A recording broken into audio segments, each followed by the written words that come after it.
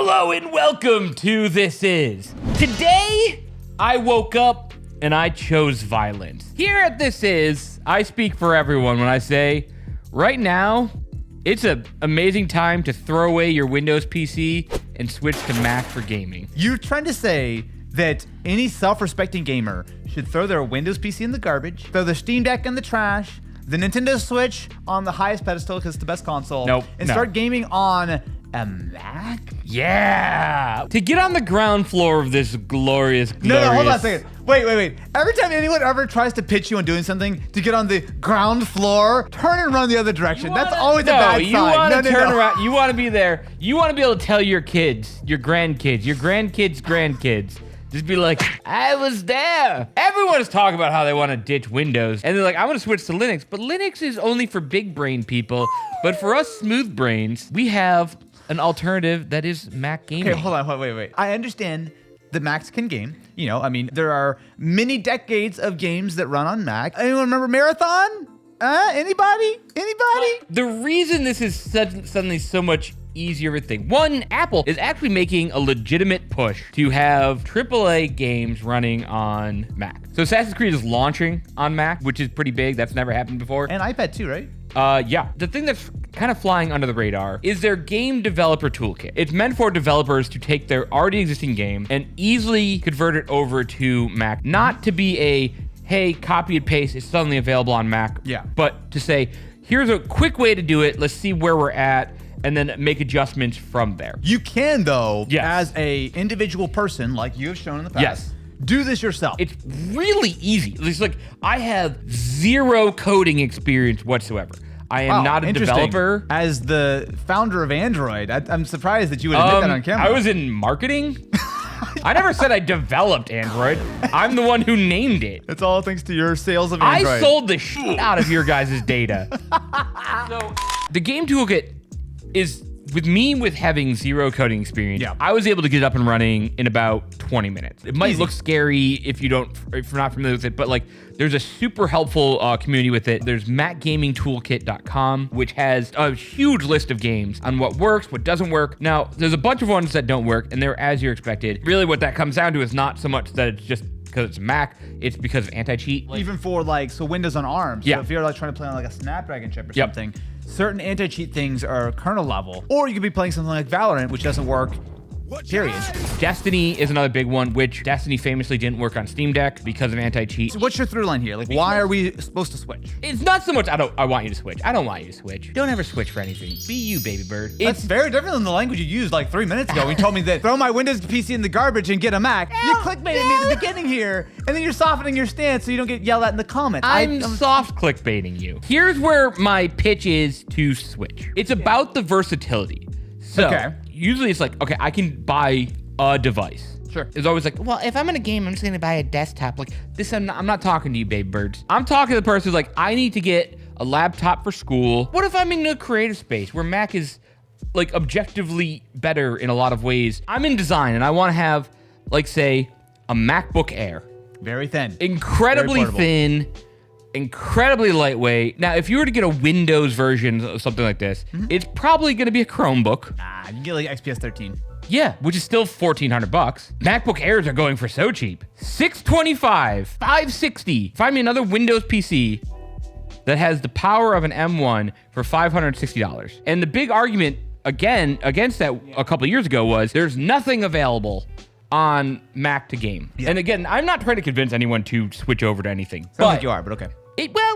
The game porting toolkit is, hey, you could do a bunch of this stuff right now. Cyberpunk was running flawlessly. I got Diablo running flawlessly on here. If I may. Okay. A few reasons why this might not be a good idea. Yeah. If you're running on a maxed out like 14 or 16 inch MacBook Pro with tons of RAM and storage, this is all fine. But as soon as you get down to a MacBook Air, for example, good luck, my dude. Like, yes, you might technically have some performance, but you're not gonna have the thermals, and you're not gonna have the RAM, or especially the storage. Like, Cyberpunk would probably fill that thing up with one install, right? So, like, that would be one of my first arguments against Mac being good for gaming. You can get a Mac Mini renewed, admittedly, but still, for $360. That's a phenomenal deal. I will say that is a lot of computer for $360. And so my point here is, it's the cheapest point of entry to to get that much power. But now, another thing that I have that is not to poo-poo, Valve just removed support for Mac on a ton of their games. I understand the perspective of a developer who is making a game, and with relatively little resources, you can use the Mac gaming toolkit to try to port a game over to run on a Mac, and therefore, with a little extra work, get it also running on an iPhone or an iPad, and that's like a huge install base. Like, that all makes sense to me. But all that is happening in the confines of the App Store, not in third-party stores such as Steam. The Mac gaming argument, and I've done videos on Mac gaming many times in the past, right? That argument is much more about potential. And it's very dangerous to base decisions on potential, because you're right. Even a MacBook Air with 8 gigs of RAM is a powerful system, like better than you would expect for such a thin and light fanless device, like 100%. But the bigger issue here is that you still need some buy-in from developers. And what we're seeing here is a little bit here and there. But we're seeing more and more. Gaming, the last 3 years has been is more development than the last 20 years in Mac gaming. I just don't agree. I feel like it's basically how do you disagree with it though? You have a brand new architecture now that developers had to kind of catch up to. They're starting to do that.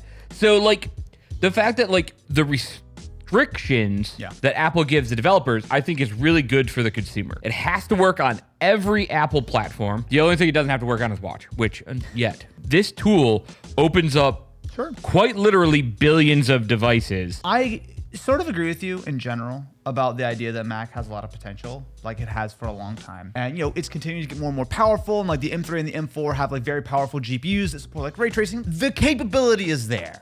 But I think the real reason why the Mac will really get a shot in the arm is the iPhone. Because the iPhone and the Mac have basically the same architecture, just scaled up with Apple Silicon. And you want to ship like Assassin's Creed and whatnot, or shipping on the iPhone. We're seeing Death Stranding. We're seeing a lot of these big AAA games landing on the phone. If you're going to do that work, the iPad, and to a lesser degree, but still I think a large sort of proportion of it, the Mac, are gonna come along for the ride. To me, I don't think it's about playing games on Steam or on Epic or whatever the case is. It's about major AAA games being ported to Apple's ecosystem generally, with the idea that the iPhone is probably where most people are going to buy it because that's just such a larger install base. But if you're doing the work to get it over to an iPhone, it's going to work on iPad pretty much immediately, and it's going to pretty much work on the Mac as well. That, I think, is the thing that's going to push things forward. As much as it's nice to see the Mac getting these sort of advances, I think the more exciting thing is the fact that the iPhone is going to be able to play real, proper AAA games. Like, that feels like that's the bigger sort of step. I said this a while back. I'm like, the iPhone is going to be the best gaming console in a few years. I mean, it still has a lot of downsides, because if you've ever played like a super demanding game on the iPhone, I mean, like super your battery life is gonna be like 6 minutes. Here's the thing that muddies the whole water. Yeah. Because, all right, if you asked me a year ago,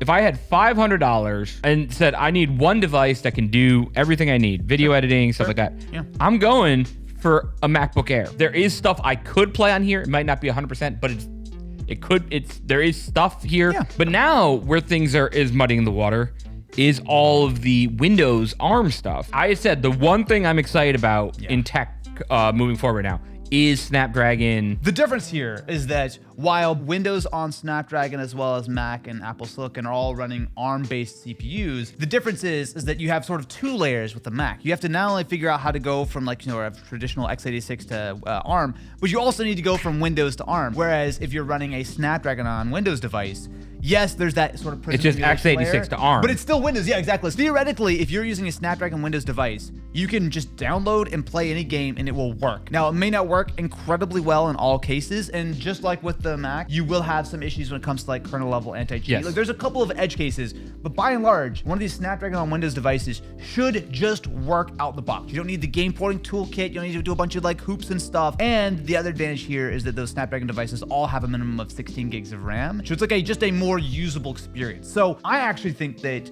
that's more exciting. I want to see what the actual prices for these things are. It's a really good device, but again, if I'm still like, money is still ultimately the deciding factor for 99% of people. At $360, go get a Mac Mini. We kind of come full circle on this, right? Because Mac gaming is getting better. If you want a single device to do everything, you can do a surprisingly decent amount of gaming on a Mac.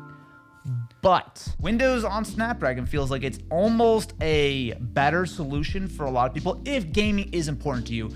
But, and a huge but here, if you're gaming, probably consider a device that is a little bit more dedicated, such as, oh, I don't know, something with the new Ryzen processors, which have very potent GPUs. It's not gonna have all the advantages of like the battery life and the Copilot Plus and AI, but if you care about gaming and you want something that's thin and light you can carry around every day, it depends on how much emphasis you put on the gaming. I'm gonna tease a video that we have coming up. Uh-oh. I have been on a journey. So I said I got 7 devices in my office right now. I've been trying to find what is, to me, the most perfect matte laptop. What are the things that I do hold dear to me? One, I've said it many times. You hear that? No, I can't. You hear that? Because there's no fan in here. It's awesome. I love how quiet it is. That's gonna disqualify like almost every single device because everything has a fan. Yes. So, Okay. but like that's partly why I'm excited for these, for the Snapdragon stuff. They have fans, but you know, don't kick up that it's not kicking up to a 4070. Yeah. Even a lot of like 4070s and laptops are still underclocked. I've been testing out so many devices lately. We're gonna find out which one you're gonna use and why it's a MacBook Air in a video shortly on this is. Is that a great reason for you to subscribe and ring-a-ling the ding-a-ling button to find out that Matt, in fact, has tried every device out there and decided that the MacBook Air is the one for him because reasons? I might surprise you. No, I don't think you will. You never. Like, follow, subscribe. Let us know what games you'll be playing on your MacBook Mini. $360. Go get one and test it out and then realize that, hey, it's actually really good. $360 is, you know, fuck around and find out money. Wow, like, but in a good way. Mr. Man In a good of great way. means. If nothing else, you get rid of those green bubbles that plague you. Like, follow, subscribe, and we'll catch you in the next one. But RCS, Matt.